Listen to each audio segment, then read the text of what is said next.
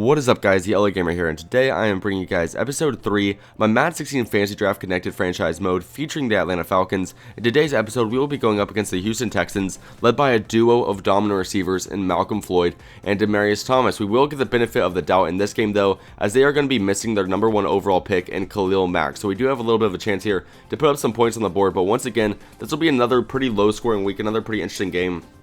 Something I want to say is I did actually play my week 3 game, but for some reason the recording program didn't record, so this is actually going to be the week 4 game. The week 3 game, I won't lie, I got absolutely blown out, so I probably wouldn't have wanted to show it to you guys anyways, but in all honesty, the recording program didn't actually play it. So because of that, the week 3 game, we did end up getting destroyed, so we're 1 and 2 right now. I'm still trying to figure out how I'm going to play on this offense without Derek Carr. I'm struggling a lot here with Jimmy Garoppolo. He's just not really throwing the ball how I need him to throw the ball, quite honestly. Now, I had a lot of opportunities here in this game to get wide open receivers downfield, and he always just misses those deep throws, especially with big explosive receivers like Des Bryant and Amari Cooper, 2 guys that we have on our team. I need him to make those really deep passes because he's going to have a lot of opportunities to make big plays if he can complete those passes, but since he can't, he's ruining a lot of great opportunities, and at the same time, he's frustrating me because it's hard to play frustrated, if you guys have ever noticed that, and if you're consistently missing throws that should be, quality throws, it gets really frustrating really quickly, and it actually affects your level of play. Right there, I went for it on 4th down. There's another example of frustration affecting your play style, because I probably shouldn't have gone for it on 4th down right there. And they're going to come right back, and on the very first play on their opposing drive, they're going to get a touchdown pass right there to Demaryius Thomas. That won't be the only crazy touchdown catch you will see from them this game, though. I don't mean to spoil it, but just pay close attention to what's going to happen here a little bit later in this game, as they're going to make some crazy plays.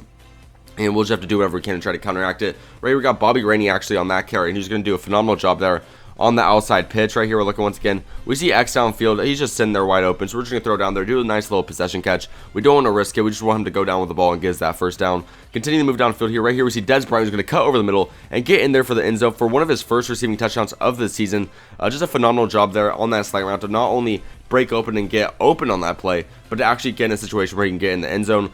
But just because we have bad luck, they're going to punt it perfectly at the 1-yard line. I did actually do all right on that first play on the opposing drive. But on the second play here, we tried to go into pass formation, and they just completely destroyed me on that sack. I don't know what our O-line was doing, but they just allowed me to get absolutely demolished. And because of that, they're going to get a safety and get the ball back. Luckily for us, though, when we punted them the ball, they weren't really able to do anything. So right here, a little bit later in the game, they have another drive going on right here. They're doing whatever they can. And for the most part, this game for them was just passing the ball to Alex Smith and to Demaryius Thomas. They occasionally got the running game in there, and this was probably the only real noticeable run, or real notable run, I should say, of the whole game. I believe this carry was for about 40 yards.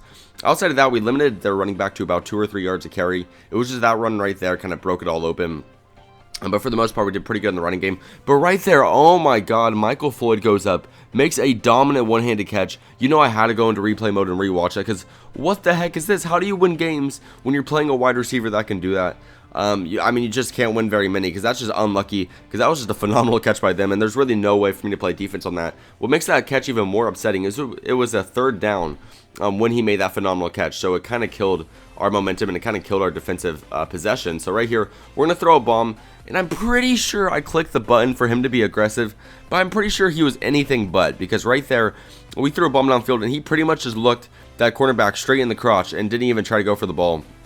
And luckily, we kept him from scoring, but it took up a ton of clock trying to stop him on the defensive end of the ball. So you see right here, we have a minute left. We're going to try to get on the board. We're going to throw a quick little out route over to the right side to Bobby Rainey, who's going to make a nice little juke back inside to get it down to the 26-yard line. But, I mean, there's such little time, and there's so many points we need to put on the board, at least 2 possessions necessary to do that, that it's kind of ruining our chances a little bit. We actually do settle for a field goal here, as we weren't able to do anything once we got there down to the 5-yard line. So we settled for the field goal, but with 21 seconds left, we weren't really able to do anything because the onside kick was not recovered by our team. So that was kind of just the end of it, and that was kind of the end of another game. We're 1-3 to start the season now.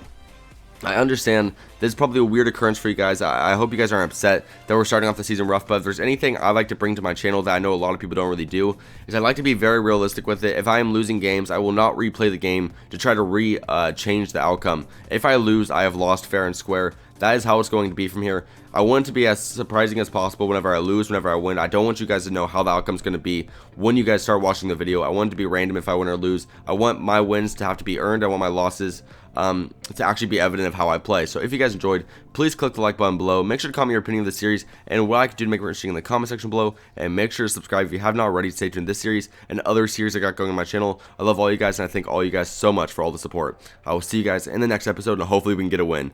Peace out.